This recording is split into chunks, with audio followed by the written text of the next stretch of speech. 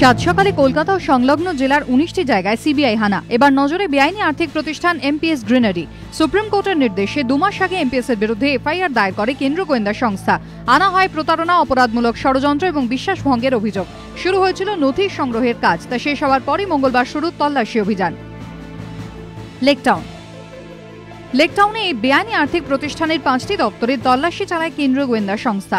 সংস্থার মালিক প্রমথনাথ মান্নার বাড়িতে গিয়ে স্ত্রীকে দীর্ঘক্ষণ জিজ্ঞাসাবাদ করা হয়। দমদম পার্ক, এমপিএস কর্ণধারের দমদম পার্কের একটি বাড়িতেও হানা দেন গোয়েন্দারা। সন্তোষপুর, এমপিএস গ্রিনারির অন্যতম ডিরেক্টর মানুষ মুখোপাধ্যায়ের সন্তোষপুরের ফ্ল্যাটে অভিযান চালায় সিবিআই। উদ্ধার হয় কিছু নথি। পার্ক স্ট্রিট মেট্রো স্টেশন সংলগ্ন একটি বহুতলে এমপিএস এর দপ্তরও তল্লাশি।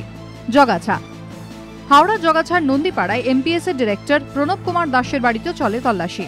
নৈহাটি, উত্তর ২৪ পরগনা নৈহাটিতে মধুসূদন অধিকারী নামে এমপিএস এর এক ডিরেক্টরের বাড়িতে তল্লাশি চালায় সিবিআই, যদিও মধুসূদনের খোঁজ মেলেনি।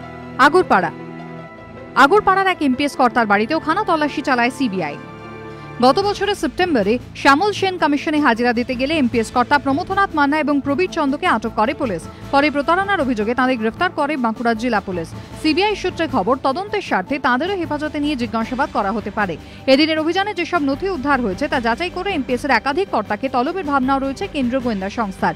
অভিযোগ, নিয়ম বহির্ভূতভাবে বাজার থেকে কোটি কোটি টাকা তুলেছে বেআইনি আর্থিক প্রতিষ্ঠান এমপিএস গ্রিনারি। কিন্তু সেই টাকার মোট পরিমাণ কত, টাকা তোলার পদ্ধতি কি ছিল, লেনদেনই বা কিভাবে হতো? সারদা তদন্তের পাশাপাশি সমান্তরালভাবে এসবেরও খোঁজ করছে সিবিআই। এবিপি আনন্দ।